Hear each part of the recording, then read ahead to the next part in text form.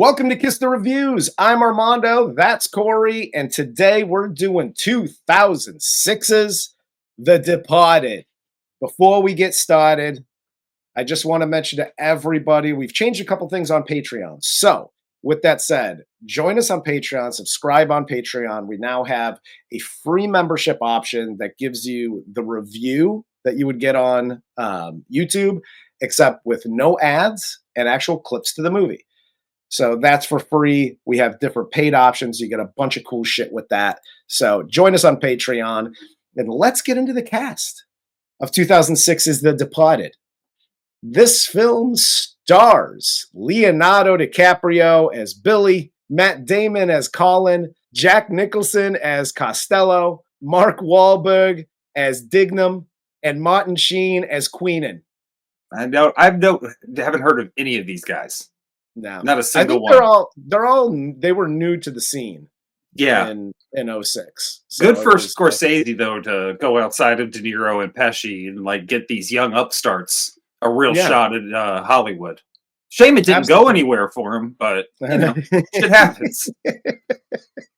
Exactly. I'll say this review was requested on Patreon by D-Pain. Thank you. It gives us an excuse for me anyway, to do a horrible Boston accent the whole show, and Corey can actually do his authentic Boston accent, and there you have it. I would never besmirch Boston in this decade or the next by doing an accent. I'm just gonna go era the whole show. So let's kick this right off, shall we? So the movie opens with the voiceover from mobster Frank Costello. It then shows Costello in this convenience store where he gets his payment. He basically says some weird pedo shit to one of the young girls behind the counter, and then he tries to recruit Colin, a young Colin, to like basically join his fucking crew. He's like, "Hey, Carl, you're Sullivan's kid, right? I know your fucking dad. Come join my crew." This intro to the movie, one, is extraordinarily long. Yeah, I couldn't believe how long it was before the drop kicks kicked in. Shipping up to Boston, that's all I want to talk about. No, that song got so fucking played out. So awesome, but it still got played out so bad. I still love it. It's the shit, but it's just like every time like somebody farts in Boston, it's just like, Jesus Christ, guys. Let's save it. Save it for special occasions. Okay? But anyway, yeah, the intro to this is so good because they set up Nicholson with his opening monologue, just talking about the way things were. They show footage from the Boston bus riots. Yep. Just another little on why Boston is considered a racist city.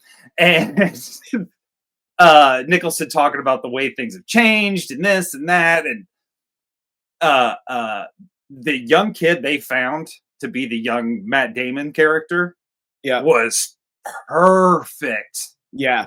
I mean, spot fucking on. Perfect. He did a great job. But they, like setting him up as kind of that old school gangster, like, oh, I'm helping out this kid. Like, I'm going to say some disgusting shit to your daughter, but it's not really to be disgusting to the daughter. Yeah. It's more to let you know that I can fuck your world up. Yes. Because you're being a little funny with my money right now. Yep. And then, he gives her the money, go buy some makeup, says something probably disgusting in her ear, and turns her on. Like, just this whole intro is so, so great. 100%. The intro, and it sets everything up right at the beginning of who Costello is, who Colin is, because it then cuts to a grown-up Colin in the police academy along with Billy. And we see that Costello basically groomed Colin into a job as a police officer so he can keep Costello informed so he can get all his fucking gangster shit done. Yeah, which is awesome. It's so slick. And Matt Damon plays this wormy shit of a character so well. Perfect. It's perfect. It's unbelievable how good he is, because you just have this ugh about him the Yeah. whole time he's on screen. He's even when he's charming with Vera Farmiga later in the movie, you're still just like, oh, you're a fucking scumbag. You know what I mean? Yeah. Like, you're borderline a fucking sociopath. Oh, absolutely. Nuts. Well, and I like it because, like, after the whole police academy thing, it shows Billy and Colin with Queenan and Dignam, like, basically getting, like, the whole interview to join the Stadies. And Mhm. with Matt Damon, there's, like, a little ball busting back and forth, and they're like, all right, go to your desk. And then Billy comes in, and he just gets his balls busted incessantly by Dignam because his family has ties to organized crime. And when Billy finally stands up to them, they offer him this job as a police officer on one condition: that he quit the academy, he serves time in jail on an assault charge to infiltrate Costello's organization. And only Queenan and Dignam know. You'd be on probation, see a court-ordered shrink, the whole 9 yards. You want to serve the Commonwealth, this is your chance. What was really impressive to me, and I've seen this movie so many times, but I've never really watched it from like, we have to review this movie. What's impressive about the filmmaking and why I like this most of all about Scorsese's filmmaking is the duality between Matt Damon and Leonardo DiCaprio, and how many times he's cutting back and forth between these two characters and showing that Matt Damon, while he's the inside man for Costello, he's just got the easiest move up the ladder. He's good looking, he's charming, he's incredibly intelligent. Everybody likes him. He hasn't hurt anybody's feelings. And then, Costa, even the suits they wear. Matt Damon looks like he's wearing a suit that was made for him. Costigan's wearing khakis and, like the mismatched blazer and the fucking chump tie. That looks like he's like got it from a preparatory school. He fucking got it at Walmart. Matt Damon's hair is very crisp and clean and well done. And, Billy's got like this fucking buzz cut, this fluffy buzz cut. It's all one length. It could not be more different. Yep. It's crazy how good the filmmaking is from that aspect. And and it goes through the whole movie. They'll show a Damon scene and it cuts to like something else that's happening to Leonardo DiCaprio in that exact moment. And it sucks. Like he's got nothing good happening. Well, and I love this whole thing. And again, we've seen movies where it's just like, hey, you got to go undercover in the jail and only I know about it. And then like something's going to happen to me and whatever. And you're fucked. So you already know that like something's coming down the road, and he's undercover for an elongated period of time. Right. Oh, it's ridiculous. I will say, can I say this real quick? The scene with Wahlberg, every scene with Wahlberg in this, he steals. We give him a lot of shit on this show, and it is very much deserved. Yes. But he crushes every single scene he is in. It is fantastic. Oh, you're a fucking genius, huh? Who forged your transcript, dickhead? We get this. This is where we get the briefing, the meeting with Dignam, where he briefs Colin and the whole crew. And we mentioned this in the Patreon pre-show. Mm-hmm. I don't know if the writers were like, hey, this takes place in Boston, so Costello has to do some like crime shit that the cops got to take him down for. What crime can he do? It can literally be anything. He could be selling guns or drugs or whatever. They're like, no, processes. So you got Dignam doing the briefing here where they literally say processor a bunch of times with the thickest Boston accents. What I have for you is microprocessors. I stole 20 microprocessors from the mass processor company. Walks right out the front door with a box of processors on Tuesday. And a process. Microprocessors. Micro what? Microprocessors. Microprocessors. Microprocessors. Microprocessors. Microprocessors. I love this movie, but this shit is ridiculous. This is how ridiculous it is. Everyone that says microprocessor with that accent, which I mean is everybody that says it pretty much in this movie, but everybody that says it actually has some affiliation with Boston or can nail the fucking accent. Yes. Leonardo DiCaprio never says that. They saw, like, Martin Scorsese directed him in Gangs in New York and is like, look, kid, you're fucking talented, but with the accents, we're not going to make it too difficult. Okay? Every now and we're going to make it easy for you. You're a Southie kid on the weekends and you're North Shore kid on the the weekdays. That way, you can flip-flop as much as you fucking want. That's a great point. I didn't even think about that when Wahlberg's telling him about, like, oh, you could do different accents because you had to assimilate and yada yada.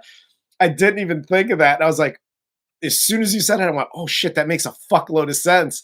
Because now he could just do whatever the fuck he wants. And there really are very different accents. Yes. Like, and even in part different, like, sections of the North End, like Charleston is like high pitched. And has that with it. Where, like, Jeremy Renner in The Town, he nails that Charleston accent. Fucking nails it. In this one, Matt Damon, kind of with that Southie accent, obviously Good Will Hunting, blah, blah, blah, carries that over.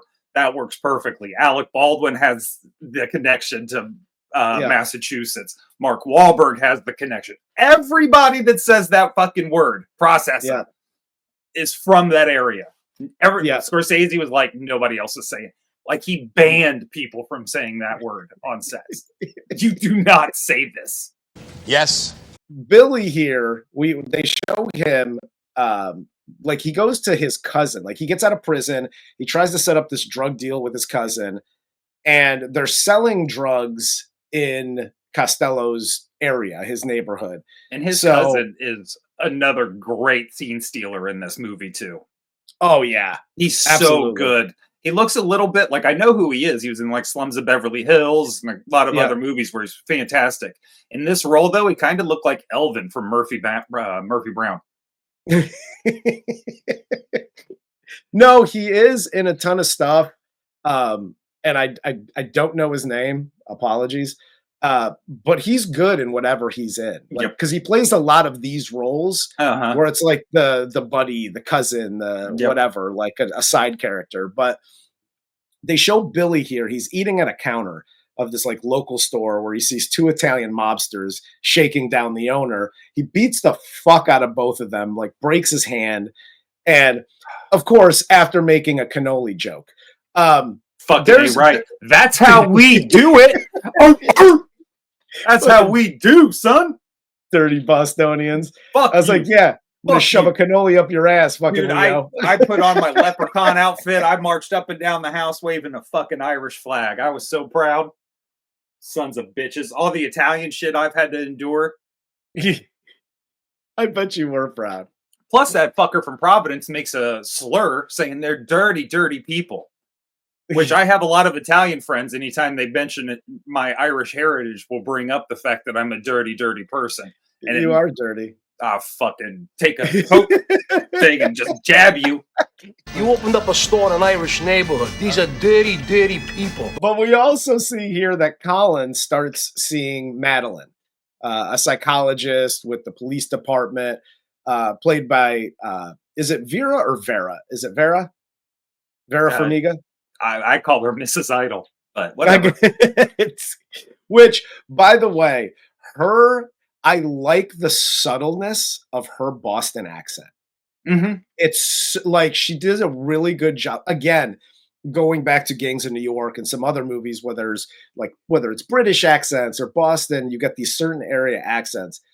The people that pass for me are the people that have that just real subtle. Like, it's there, but, like, you can almost tell she's educated, like, almost like me trying to lose that like Western New York weird accent Mhm. that Western New York has. You try to lose it along the way so you don't sound like an idiot. It's the same type of thing I got from her in this. 100%. But She's fantastic. I mean, she's awesome in this. unbelievably good in this. Yeah, I love her in everything she's in, but she's incredible in this. But By the way, as a quick side note, if you haven't seen the video on TikTok of her singing the Slipknot song, it's yo, fantastic. she is the shit. Like, I liked her work. I'm like, Yeah. oh, you're a very talented artist. I appreciate your work. Good job. And then I saw that, and I'm like, I just want to be your fucking friend, dude. You're so Yeah. rad. I just Dude. want to be your friend. She just seems cool as fuck. Like, Yeah. and I saw that, and I didn't want to bring that up. I'm glad you did because I didn't want to like, oh, he's gonna talk about music for 20 minutes again. But that was fucking dope. But while having a drink, they see Billy here. He gets approached by Costello, who takes him to the back room. Mr. French and Costello check him for contraband. Costello breaks his cast. He slams his broken hand with his own fucking boot. Make sure he's not a cop. And then Costello tells him they'll take care of his guinea problem for him that he had for beating up the Italian guys. There's two great scenes here in between. One, when Billy and his cousin are at the bar, and his cousin's talking to French at the first time we see French, like actually outside of the opening shot where they kill those guys. Yeah. But you see French and like Billy orders the cranberry juice. Cranberry juice? What do you get, your period? Corey's life lessons. Hi, everybody. If somebody says that to you as a man at the bar, you absolutely react exactly how Billy does. Yes. 100%, no question. You fuck smash them up. his head. You Yeah. smash his head with the beer glass. And it's just a respect thing. You can't be That's it. disrespected to that level. You just can't. But Don't be disrespecting me. I also love the scene with French kind of establishing who he is in this Yeah. world, because he immediately jumps in, breaks it up. He's like, I'm the guy that says who you can and can't hit. And, Yeah. he's almost a guy you can't hit, but he's not quite a guy you can't hit. So Yeah. I'm going to make a fucking rule on him. That whole scene is amazing. And then Yeah. he even says, what are you drinking? And Bill has to go, cranberry juice. Go, what is it, your period? Yeah. Just say, like, you understand, like, now if you make a move, Yeah. you're dead. Yeah. Just like these little subtle things in this are so great. And then the guy standing up like, oh, I didn't know it was Jackie's Yeah. nephew. Oh, fucking what? Just fucks him up, dude. Dude, It's such a great scene all the way around. He hits him with a fucking 4-piece dude, and just knocks him on his ass. it's amazing. But they they start to show Billy and Colin here. So they continue to gain credibility with the cops and with Costello's crew. And Colin starts dating Madeline. Billy also sees her as a client required by like the terms of his probation. And he also develops an attraction to her. He asks her out for fucking coffee because of course he does. But Billy here is starting to unravel.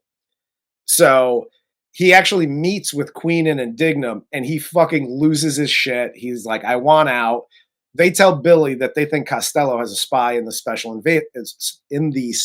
investigations unit and they need his help. So he's like, well, I guess I'll just fucking suck down a fistful of Oxycontin and just fucking plow through this one. Dude. Like, and again, this is such a great scene because you're seeing even like after when Bill breaks his hand at first before Costello fucks him up and he's in the hospital getting it cast up. And you see Colin meeting Vera Farmiga and they're kind of having this talk and he's flirting and very charming and Billy's just getting his hand wrapped and like looking up at this fucking nurse like Yeah, might be nice, you know what I mean? Like just the difference in their lives yes, is so different throughout the rest of this movie. And it's just and to your point, Billy just breaking down because as he gains Costello's trust, he's being involved in more violence and more, and it finally comes to a head as people are getting shot right in front of him. Yep. And that's why he kind of loses it. He's like, why the fuck can't you arrest this guy? Like, I've seen him do this shit. Yep. Like, why? What the fuck is going on? Which is everybody's question when this stuff happens. You know what I mean? No, why has this absolutely. person been arrested? Why has this happened? Blah, blah, blah. We have a litany of things that he's done. You can't fucking, nothing sticks. Cool story, bro. Like, remember back in the day with John Gotti? Yeah. Everybody, he would basically be like, yeah, fucking run the mafia in New York and go fuck yourself. And they bring him to trial and be like, you said you ran the mafia. He's like, no, I didn't. And they were like, not guilty. He was the best guy around. What about the people he murdered? What murder? I am blown away at how cleverly written this movie is. Oh, but everything is so nice. Yeah. Like, nobody's wiling out and doing shit that's against who they are as a character. You know what I mean? Like, Billy's not going all Donnie Brasco and like, I'm going to do the killing because I'm about to get made. Like, none of that is in this. Yeah, no, it's not. Like, we talked about it in The Fugitive last week, where it's like, oh, well, you know, Tommy Lee Jones's character, he kind of breaks character, or at least the writing does, in these certain scenes. Like, none of these scenes are like that. Everybody is just, that's who they are. But we then cut to the deal. So during a deal to sell stolen processes, Colin calls Costello to warn him of the operation. The deal gets done as Billy is texting Queenan while he's involved. And Colin is texting Costello. Everyone gets away. The cops are pissed. And Costello calls Colin and says that he has a rat in his crew. So this is where, like, he's actually in his apartment now. He's got Madeline, who's moved in. Costello starts threatening him about, like, oh, you got the girlfriend. She's moving in. Don't ask me to fucking, because he's asking for social security numbers, like all of this shit, so he can identify the rat. And going back to the undercover or the bust for the microprocessors, this is Alec Baldwin's best scene in the movie. Oh, absolutely. Who is another scene stiller in this. Like, he's just, he's jacking scenes from people. He's so good in this movie. But this from like when he gets the dude in the headlock and Patriot Act. I think it's Anthony Anderson, actually. He puts in the headlock. Patriot Act. I love it. But like from that, and then, beating the shit out of the guy who put the cameras up because he fucked it all up.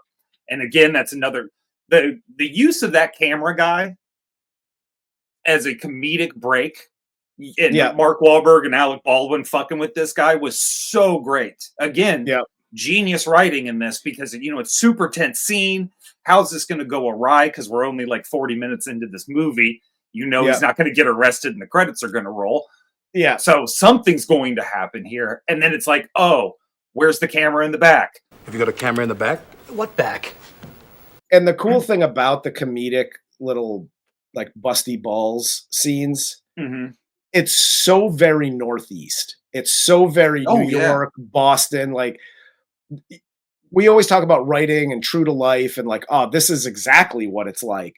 Like, that's such a Northeast thing. And those scenes had me laughing because it's like, if you grow up anywhere in the Northeast and you don't learn how to deal with getting your balls busted and busting back, and you'll die. Like, you can't. You'll just never leave the fucking house. And those scenes are so perfect. That is exactly how those emotionally stunted cave people show that they love you. Yes. And absolutely. I mean, it's just, if they bust your balls 24/7, you are their guy. Yes. That's period. And if you don't bust their balls back, it's like, dude, did I fucking offend you? Fuck yourself. I'm tired from fucking your wife. How's your mother? Good, she's tired from fucking my father. As Billy here searches for the informant, because he's searching for the informant in Costello's crew, he finds out that Costello is actually an FBI informant. So he goes to Queenan with that information. Colin is also put in charge of finding the leak within the state police. And this is where he gets the social security numbers and all the other information from the rest of Costello's crew. And this is where Madeline and Billy start having their little thing. Like she's dating Colin, but she's fucking with Billy now on the side. This is why you don't pretend to be somebody you aren't. Because eventually, in your own home, after what they've been living together, I think she says like 4 months, been together for 4 months anyway, maybe just now moving in. When you're in a relaxed state in your own home, it's all of that fake shit falls off. So all of who Matt Damon's character is in this is starting to show. And it is not something Vera likes. And the fact that he can't get it up is certainly not helping matters out. No, it's not. It sounds like he's about as fucking flaccid as the U.S. economy. You were correct. What I also like, again, I keep going back to the writing here and I can't help it. Using the picture of her as a kid as a small little plot device to show the difference between these two guys. Was just, this is what everybody that calls themselves a writer wants to be able to do one day. Is be able to just one scene like this because it's so perfect and it shows in one scene. She's not a whore. She's not trying to slut it up around town. She's like, this guy was like, ew, who you were? No way. Not going up because it's still in the old frame. And it's clearly an older picture and her like in Southie or in this older neighborhood. He's like, no, I came from the same place. Nothing around here is about me. It's all this fake shit that everybody else will be entertained by. Whereas Bill sees it and instead of putting it on the lower thing, he hangs it up higher. Hangs it up. And like that was the difference. The combined total of those two scenes with the picture is 15 seconds, maybe. And again, to your point, that little bit shows the difference. No, the writing is fantastic in this. So great. But the cat and mouse game continues. As Billy sees Costello give Colin an envelope in a porn theater. So Billy tries to follow him through like the emergency exit and through the streets, but he loses him.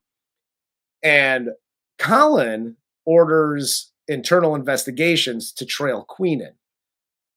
So Colin calls Costello and tells him where the rat is because now he wants to trap Billy. And Costello sends his guys out there. Yeah, Queenan basically killed himself because Colin asked him for like advice. I'm investigating all the cops now, looking for the rat. Do you have any advice for me? And he says, you follow Costello, you'll find the rat. So Matt Damon does the exact opposite here. He puts units on Queenan because he can now do whatever he wants to do as the guy investigating everybody. And it doesn't even have to make sense. Like everybody keeps out, why the fuck are we doing this? They're like, nah, we don't need to do this. You know, you're doing it because I fucking said so. You don't get access to the files I have. You just have to take my word for it. And so then yada yada. And even this is what I like too, and what I noticed for the first time is we're talking a lot about the filmmaking between Matt Damon and Leonardo DiCaprio and the difference in their characters. The similarities in Queenan and Costello both start to appear as the movie goes on because their hubris is ultimately what leads to their downfall. They're constantly told by everybody around them that cares for them and is trying to protect them, don't do shit. And they're like, fuck that. Like they're on the T, on the red line, and Matt Damon or Billy, God damn it, Leonardo DiCaprio. There's too many people in this movie. Leonardo DiCaprio says to Queenan, like, do you have a tail? He's like, no, impossible. No, motherfucker. He's right there. He might as well have binoculars through the goddamn fucking subway glass. Like, this is insane. No, absolutely. And that's exactly why he dies. Oh, 100%. And he saves Billy here. He's like, get the fuck out of here. Like, I'll handle this shit, yada, yada.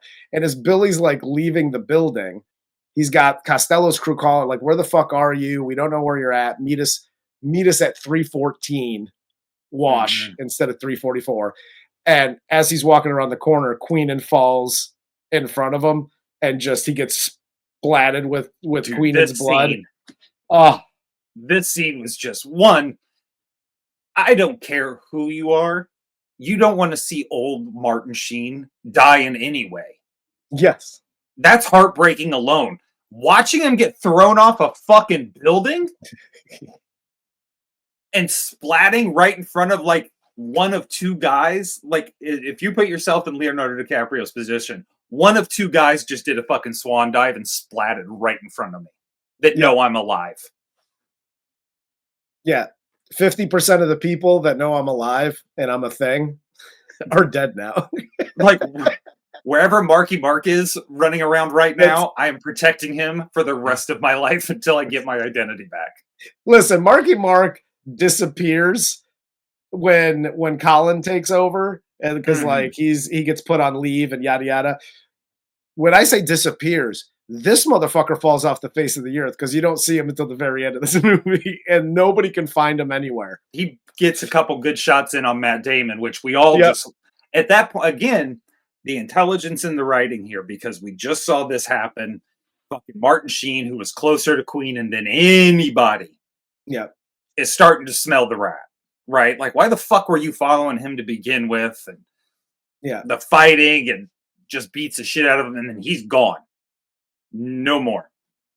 And again, Alec Baldwin now being in charge of everything almost immediately jumps into that hubris because a cop can never be wrong.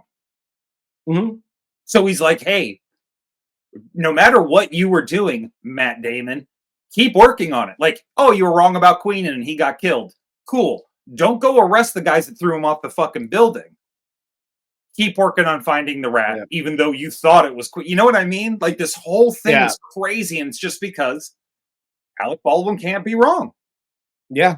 Well, what I do like is because after this whole scene where Queenan gets thrown off the roof, Colin's digging into everything, and he finds Queenan's phone and he calls Billy, and he's like, "This is so great."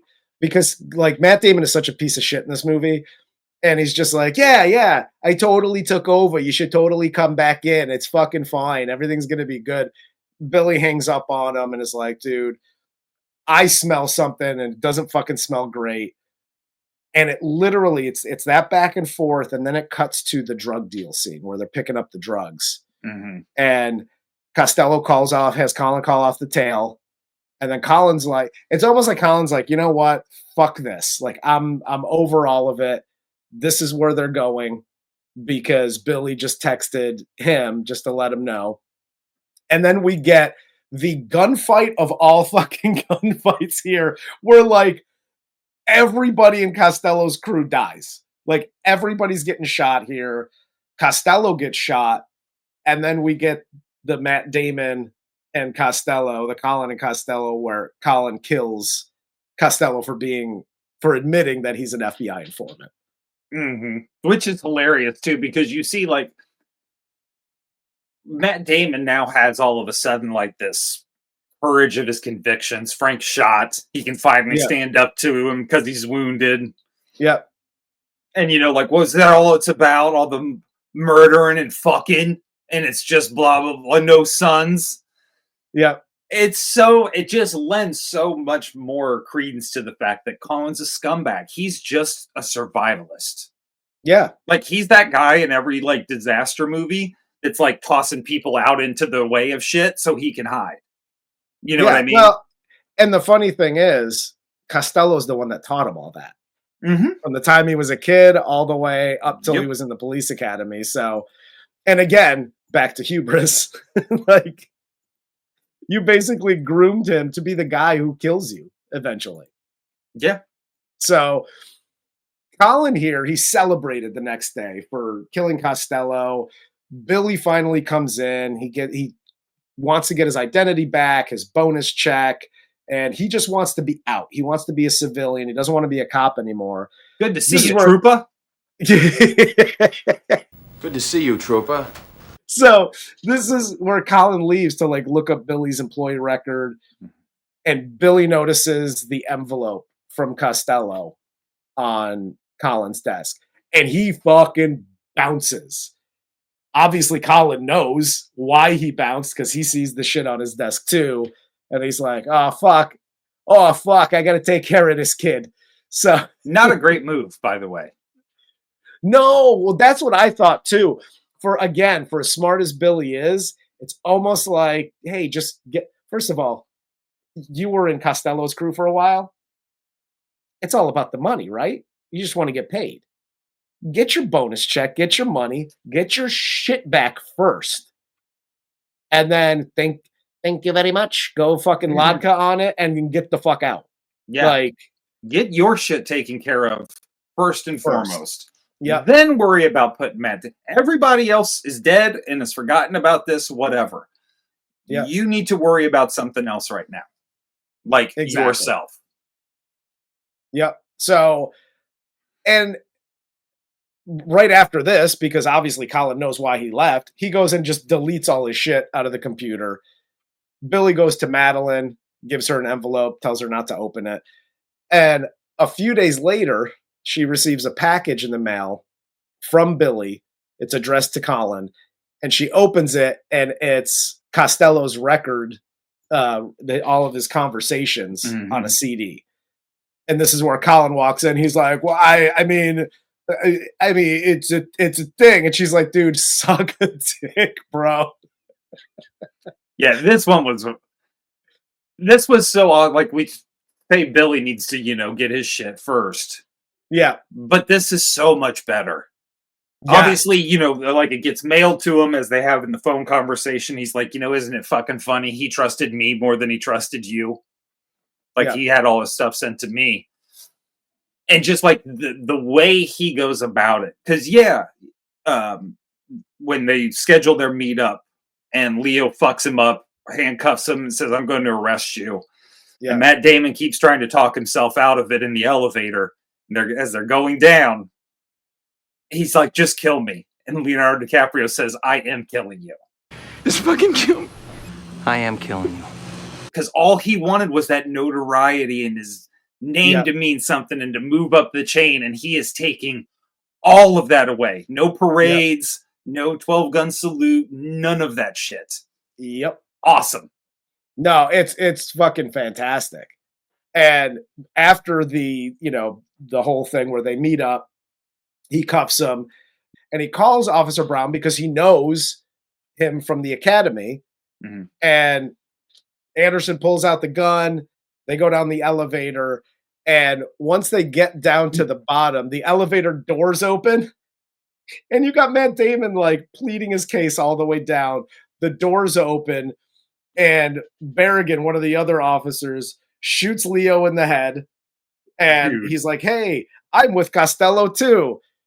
Everybody's just shooting everybody. Basically, movie. It's kind of like Reservoir Dogs. Yeah. Yes. Yeah, dude. This was Kaiser Soze shocking. Yes. When that elevator door opens and Leo just turns to take that first step and just plop. Yeah. I think I, in the theater, let out a "what the fuck?" What just happened? That's one of those moments for sure. It's crazy. And then Matt Damon again, it rolls over. Everybody gets shot here. Anthony Anderson gets shot. Costello's other rat gets shot. So Matt Damon, once again, gets to be the hero. Yep. And he does the whole, I'm recommending him for the honorary service cross or whatever the fuck they give you. I'm recommending William Costigan for the Medal of Merit. Which is just adds another layer to the scumbaggery. Yep. And so and then he even attends Bill's funeral. Yes.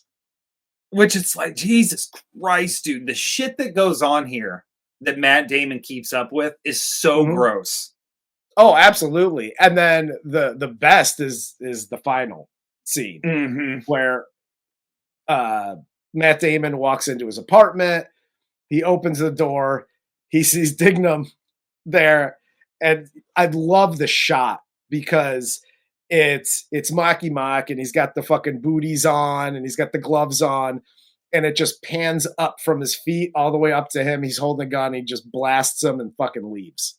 Yeah. Like, it's such a great ending scene because for two reasons. One, you got fucking Marky Mark coming back at the end. You're like, what happened to this guy? Oh, I see what happened. But two, the jarring death of Billy. Mm-hmm. Because Billy's the hero. Billy's the guy that you're rooting for in this movie. Like, he's the only genuine one. He's the only one that like gives a shit. And then he gets shot, and you're like, dude, what the hell? And then you're like, Matt Damon just gets away. And for me, I mean, you know me, because I love movies like that. I'm like, fuck yeah, the bad guy gets away. I dig it. And then to see Mark Wahlberg come in and shoot him at the end, you're like, okay, that's an even better ending. That's fucking awesome. Like, this whole movie was fantastic. And for 2.5 hours, the pacing is so good.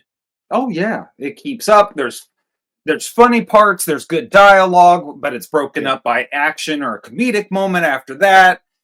Everything about this movie flows. I think one of the underrated scenes is when Vera Farmiga shows Colin the ultrasound picture that they're going to have a baby. And then after she hears the recording, she's like, I thought I was the liar. I thought I was the liar. Meaning that's Bill's baby. You're wondering, this guy can't get it up. How the fuck did she get pregnant? Yeah. You know what I'm saying? Like, just that part of it adds so much more to it. And then, like, you cross over to then Bill's funeral when Matt Damon's like, what about the baby? And she just keeps walking. Well, and years anyway, fucko. He sees her at Billy's funeral, and she's crying. Like, she's emotional. Yeah. And that, like, in Colin's sense, like, motherfucker.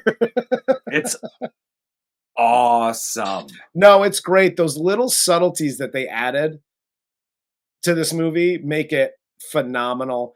And like I said, if I forget what movie we were talking about, if it's 2 hours, I'm like, God, that's a long time. My attention span, it's 2024, 2025, whatever year it is now. But at this day and age, I'm a TikTok guy. I don't got that kind of time on my hands. I literally sat through this whole fucking movie, 2.5 hours, and didn't once look at the timestamp. No. To your point, I know when everything's going to happen in this movie. I could basically sit down and write the script for this movie. Yeah. Right now, off of memory. I've seen it so many times, and still knowing what's going to happen, knowing when the breaks are kind of, and it slows down a little bit, doesn't matter. No. Never looked at the time, didn't care, just watching it through. And this is one of the few movies we've reviewed that I have liked going into it, and then came out of it liking it even more because I picked up more of the subtleties and more of the little things that are help driving the story and the plot. And it's just, this is one of the best written movies we've done. Yeah. No, Period. I got nothing else to say, man. This movie is fucking fantastic. If you haven't seen it, what are you doing? Just go to Amazon and rent it, or I think it's on Tubi. For free. Yeah. So go watch this movie. It's a hell of a ride. The actors are fucking amazing. Like, every goddamn one of these actors is bigger than the guy that you just read. So it's fantastic. But that's all I got. You got anything else? No, this is one of the best movies to watch, simply because you can tell everybody put their egos aside. And they all got on board for what Martin Scorsese wanted to do with this film. And this is what happens when you do it. Yep. Absolutely. But that's all you got for Armando. Wicked. That's Corey. This is Kiss the Reviews, and this was 2006's The Fucking Departed.